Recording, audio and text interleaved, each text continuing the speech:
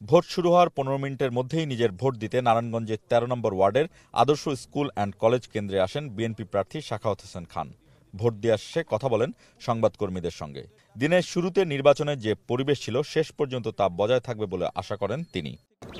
যদি অবাধ, সুষ্ঠু ও গ্রহণযোগ্য নির্বাচন হয়, ইনশাল্লাহ আমরা এই নারায়ণগঞ্জ সিটি কর্পোরেশন নির্বাচনে এই ধানের শীষ প্রতীক নিয়ে আমি বিপুল ভোটে ইনশাল্লাহ বিজয়ী হব ইনশাল্লাহ।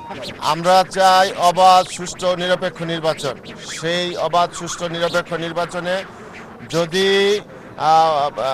জনগণ যেই রায় দিবে সেই রায় আমরা মেনে নিব, যদি সেটা সুষ্ঠু নির্বাচন হয়। তবে সাখাওয়াতের অভিযোগ, সব কেন্দ্রে পর্যাপ্ত নিরাপত্তা কর্মীর অভাব ছিল। পর্যাপ্ত পরিমাণের আইন শৃঙ্খলা বাহিনী নেই। তো আমরা চাই যে বিজেপি মোতায়েন করা হয়েছে, সে বিজেপিকেও আমি আমাদের কেন্দ্রের সামনে দেখিনি। জনগণ নির্ভয়ে ভোট দিতে পারলে ধানের শীষের বিজয় নিশ্চিত বলে মনে করেন বিএনপি মনোনীত এই প্রার্থী।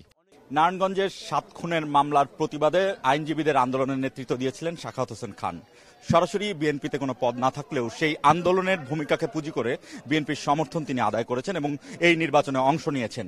তবে ভোটারদের আশা আকাঙ্ক্ষার প্রতিফলন তিনি কতটা ঘটাতে পারবেন সেটি দেখার জন্য কিন্তু আমাদেরকে অপেক্ষা করতে হবে আরও বেশ কিছুদিন। তৌহিদ শান্ত, নিউজ 24, নারায়ণগঞ্জ।